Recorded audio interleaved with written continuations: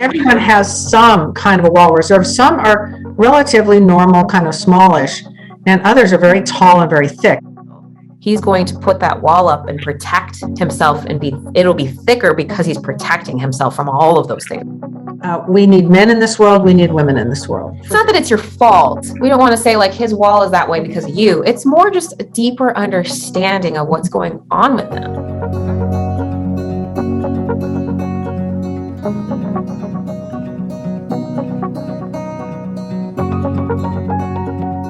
Hello, everyone. Welcome back to the Fascinating Womanhood channel, where we talk about everything that has to do with developing femininity and building strong, long-lasting, loving relationships. I am Cherry Lynn, and I am here with my mom, Dixie Andel Forsyth. Hi. Hi. Today, we are talking about a topic called the Wall of Reserve. Now, this subject is in Dixie's book, Fascinating Womanhood for the Timeless Woman. So if you want to learn more about that, you haven't heard of this term before, you definitely need to read her book.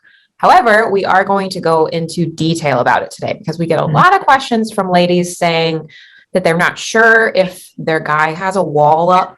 We get a lot of questions about women describing the wall, but they don't really realize that there's a wall and things like that. So we're going to go through what it means. What is his wall? Why is it there? What you can do to contribute to help melt his wall, and then things you might be doing or might have done that are making his wall thicker and taller. So what is the wall of reserve? You know, everybody has one. It isn't just for men. It's just that we are the gatekeepers of civilization, and we are more in touch with things. It's easier for us than most men. And you and I probably have our own wall of reserve. And all that means is something that you do to protect yourself from perceived hurts, rejection, invalidation, all those kind of things. When your guy, whether he's a boyfriend, a husband, or whoever he is, a father, everyone has some kind of a wall reserve. Some are relatively normal, kind of smallish, and others are very tall and very thick. And that's the ones that we want to address today, because it can bewilder us. Like, how come I can't get through? You know, you kind of feel like I can't penetrate. He won't let anybody in. If you've ever heard those kinds of phrases, we think of them like bricks, taller and thicker. So it's even harder. And so we're trying to understand what this wall is made up of, not whether there is one, because some men are fairly easy to kind of get through and talk to because they don't have any pronounced trauma in their life. For example, an extreme example would be somebody who's been to war and had a lot of post-traumatic stress. Yeah. Now, if you marry a man who has that, he's probably going to have certain walls of reserve that surround that. So he may have trouble with that. That has nothing to do with anything you have done. So is it fair to say in kind of a simple way that the wall of reserve is just inside protection that you have of yourself? We all have some. We all have, yeah. It's kind of like a protective wall. So what does that look like? How do you know how thick somebody's wall is? Well, how difficult it is to perceive, like, get through. You know, I can't get through. Like, say he was easy to talk to before, and then now he seems to, that's why we call it a wall. It almost seems like a curtain or a wall he's put up and won't let you in. He's got a brick, a big fat brick about that. Is it always kind of about silence, or can the wall kind of appear as grumpy, like a grouchy response, or is it more of a distancing kind of thing? I think of it as more like you can't get to the real him. You can't get to the real thing. It's a matter of, ultimately, the foundation of it is a matter of trust with all of us. The more you trust someone, the more you let yourself be vulnerable to them. So when we're talking about a romantic relationship, this is where a lot of trust is developed and expected. So because of that, we have to be careful to take care of those relationships, because we can be wounded. And when you're wounded, men tend to throw up a brick or two rather than just talk about it like a lot of times we will. So now that we've described what the wall is, kind of like a little definition, let's go through all of the things that are the most telling signs of why that wall is there. You touched on a couple of them, but we can get started on this. So we're going to use these little blocks today for our little visual wall, just to kind of show you, help you to have a visual in your head. We have 5. There's more than 5. There's probably lots of them. Yeah. We have 5 kind of main ones that are probably part of his wall, or anyone's wall, as you said. Everyone has one, but particularly discussing guys today. So the first one is wounded. Yeah. How many of us are wounded in one form or another? Sometimes it's from childhood. Sometimes it's from the way you were treated. That has nothing to do with, you inherited it when you married him or when you formed an attachment to him, and you have no idea what that is and what caused it. Like, say you wound your arm. you're more protective of it. When it's sore, you don't want anything near it. You don't want anyone touching it because it hurts more. It's a common natural reaction. The thing is, we may wound him. The question is, do you wound him? You inherit things from the past, but what about the wounds that you inflict on him that he doesn't really talk about, but just forms that kind of a protective shell? I'm not going to let this person hurt me. I think one of the most common ones I hear about within our group and our forums is he was wounded from some type of upbringing, some type of family member, perhaps his mother, perhaps a friend, perhaps a girlfriend, something in his past, and then you are not aware of it or sensitive to it, and then you add to the wound. Or his intelligence, or his lack of ambition, Yeah, or there's so many things. Anything like that, yeah. Yeah. So the question is not what happened to him, because that's already happened, but what you inadvertently, because I know no one would do it on purpose, do to further wound him and have him not trust you, which is what we don't want, or get him to feel safe enough, emotionally safe enough with you that he actually takes that wounded block down. He has to do it. We don't have the power to do it. Okay. So that's wound. Okay. The next one is pride. Yeah. Now, there's healthy pride and unhealthy pride. We're talking about more the healthy kind. Men have what we call in Fascinating Womanhood, a masculine pride, where they protect their masculinity, their feelings of competence, like their innate worth, that they are strong, whether even physically strong, even if a guy isn't particularly like a bodybuilder, they need to feel like they are strong, perhaps more than you. There's many other ways, like your understanding of him, your admiration of him, his potential. When you wound a man's pride, that's a big brick that can go This is up. a big one. This one almost needs to be like layered with a bunch of them, because it's like it's that thick. Well, partly because pride encompasses so many parts of him. Masculine pride. Now there's feminine pride, but the thing about men is they're less verbal. That's why we're dealing with this whole thing, is because we can sit and talk about it, and we do. We talk back and forth to each other. Oh, this really bothered me, and I was really hurt. Men don't tend to do that as quickly as women do. So pride is a huge one. Then we have potential. Yeah. The fact that no one, and especially you, if you do not believe in his potential, what his intelligence, what he can accomplish, the best him, if you believe in the best him that he can be, and you keep looking at that, if you don't believe in him, then that's a huge brick. I think a lot of times with potential too, when we're getting kind of nitty gritty about that, I think it's really natural for us to look at the potential when we're dating.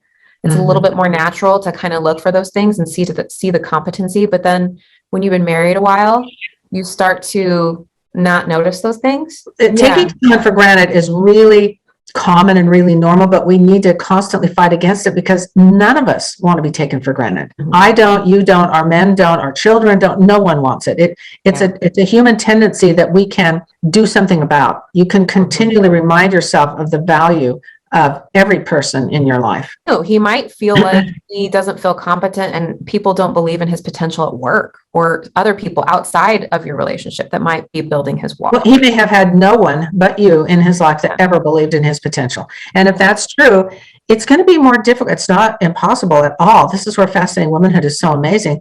It's not impossible, but it may be difficult for him to be able to trust you with that. But if you know what to do and where to go, it's much easier. And that's what we're helping with today. Okay. And then the next one, rejection. I mean, isn't that big for everybody? Nobody wants to be rejected. And a man can feel rejected like something he's done or doing. You kind of roll your eyes. Things like that can make him don't feel. Pay attention to him. Yeah. Don't listen to, or like, the kids are in my way, or something's more important. Your work's more important. Your kids are more important. And he's just kind of. Or you joke about him to other people, or you criticize him to other people. It's a type of, it's not ultimate rejection, like you say, I'm leaving, but it's a type of rejection. A woman can accidentally, because she doesn't really understand, do it over and over and over. And sometimes we unfortunately do it for years. Reject his needs, reject his love language, there's so many different ways you could be rejecting him, and you don't really realize it. Well, you can reject him by not needing him.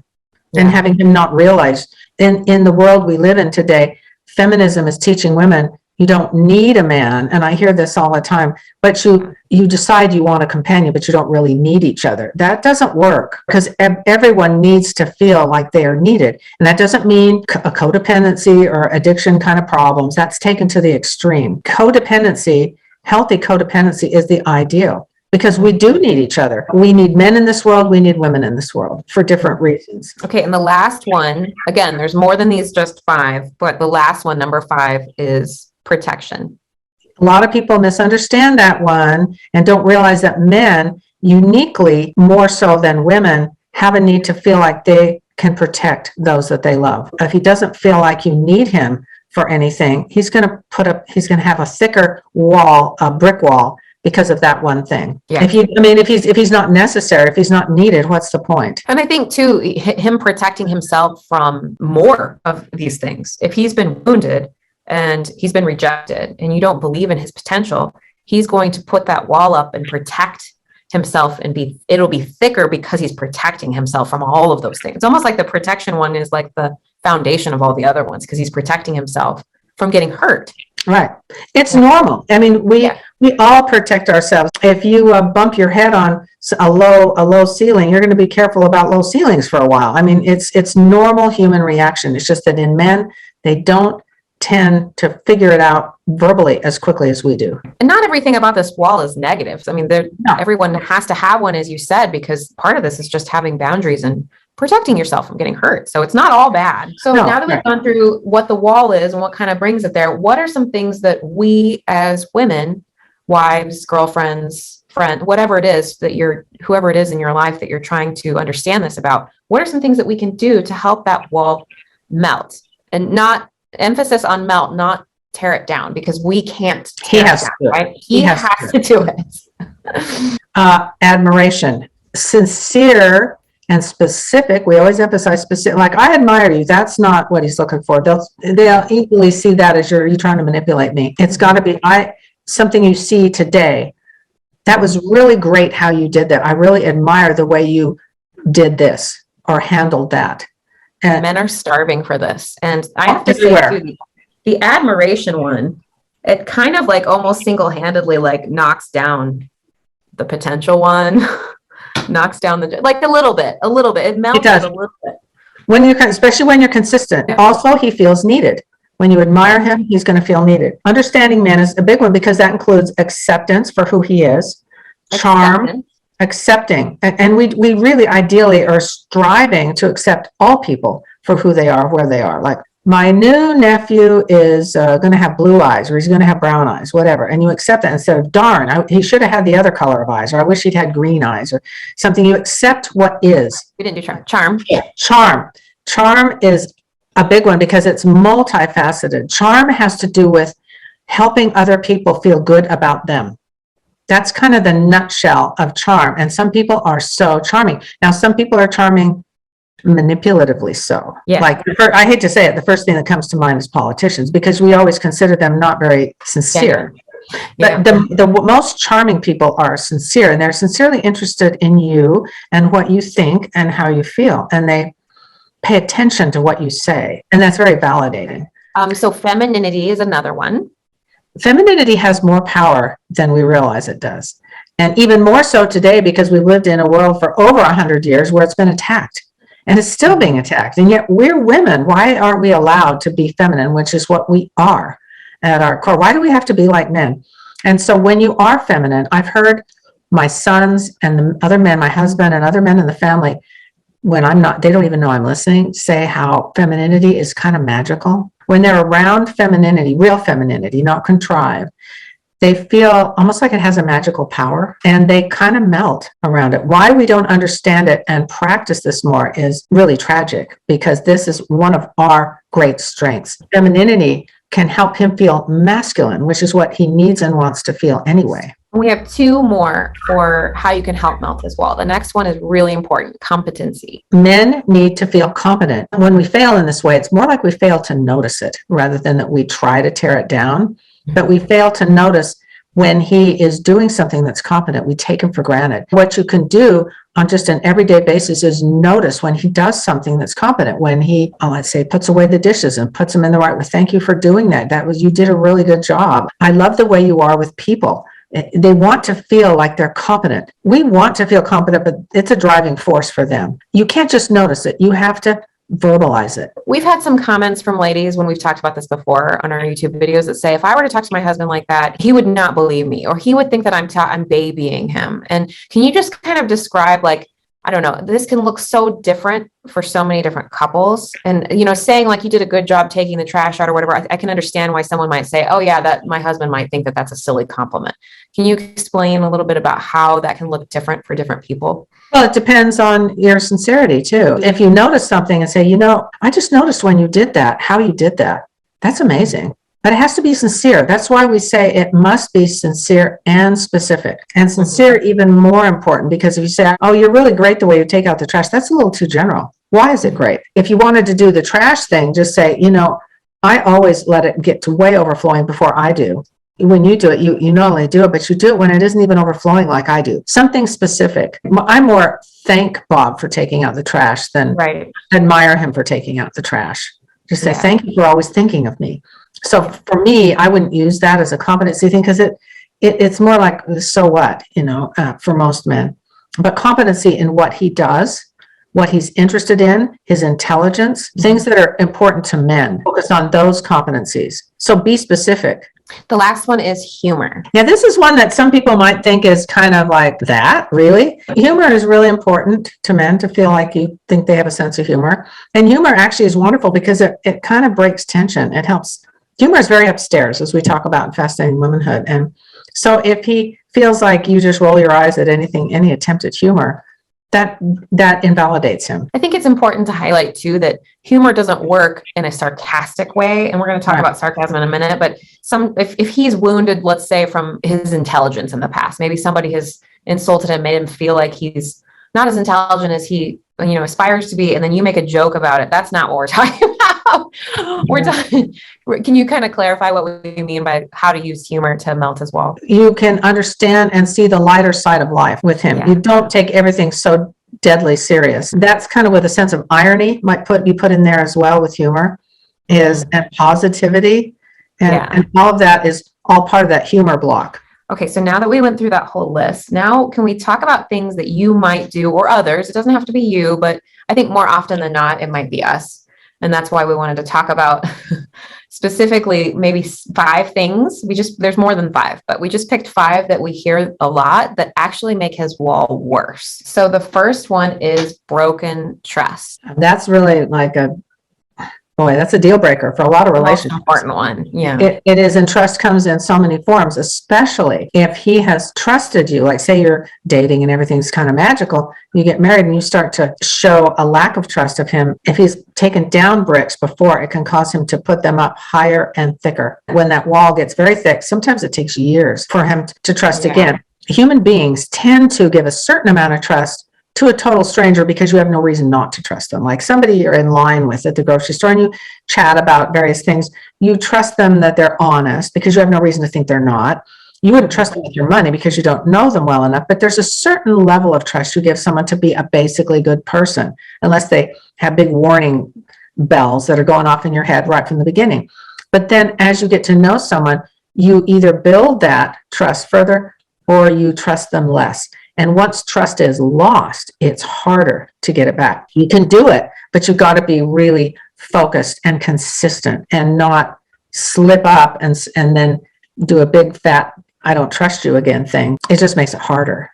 I think with trust, some people trust easily, very easily, and so much easier than others. And some, it's literally like you said earlier, the deal breaker. This trust. So it just depends on this person and where they are with it. But if you have a guy that trust is just, it's so hard. If you've had affairs, if you've had financial trust broken, there's so many serious topics within. Or you lie to them. You lie. Yeah. I mean, even if it's something like I didn't buy that and then you did.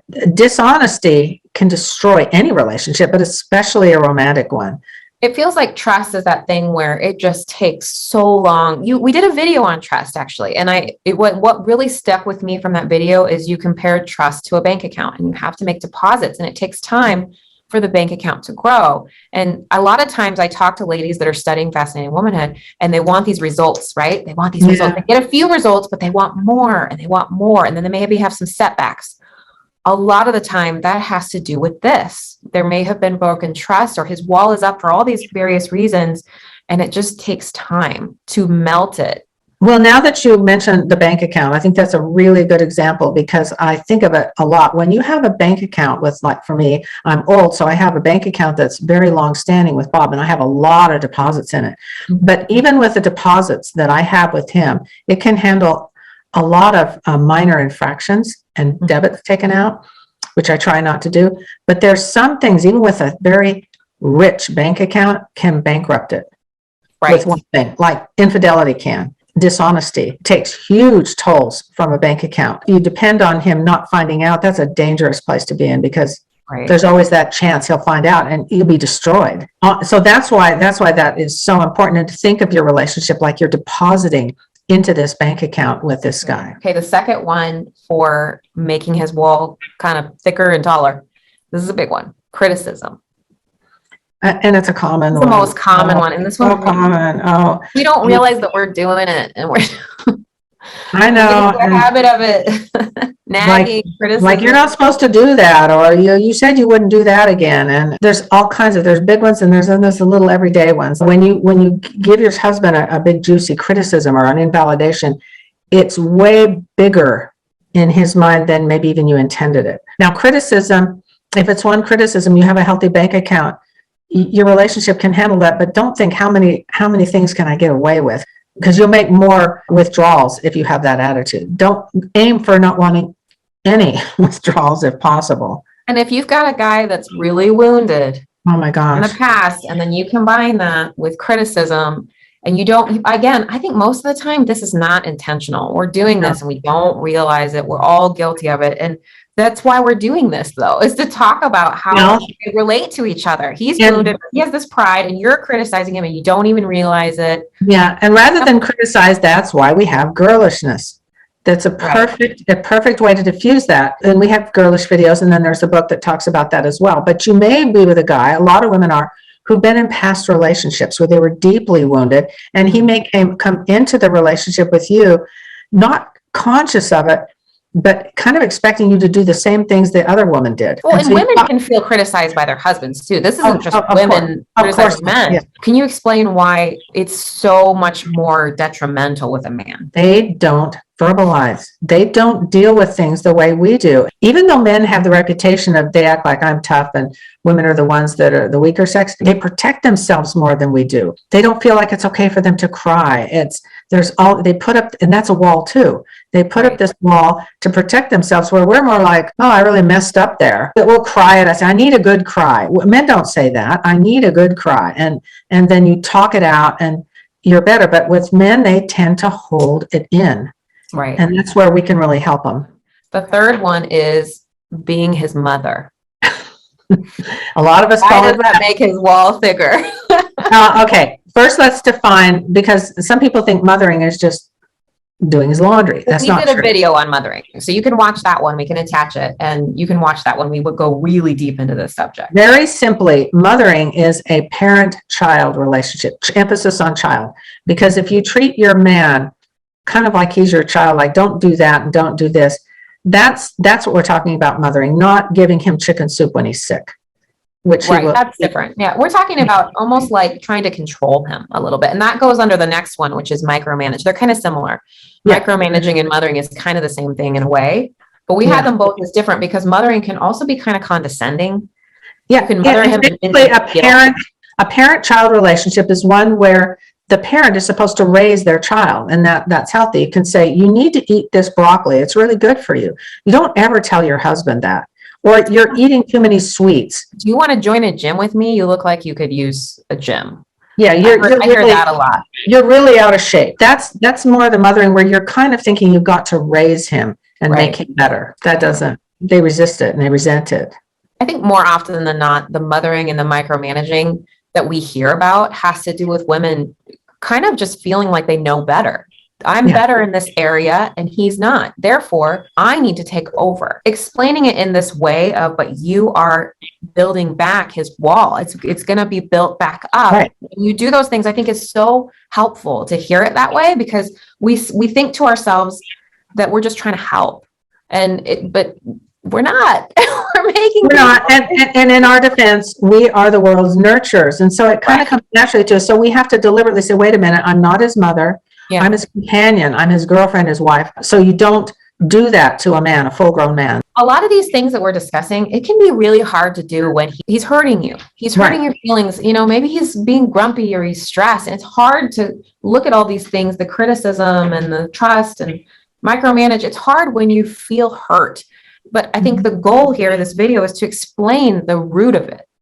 Right. That's if you take anything away from this, hopefully it's that is the root of why he and what you can do. And what you do. And if you see the wall go back up, you'll think, uh-oh, you know, that didn't go so well. It's not that it's your fault. We don't want to say like his wall is that way because of you. It's more just a deeper understanding of what's going on with him.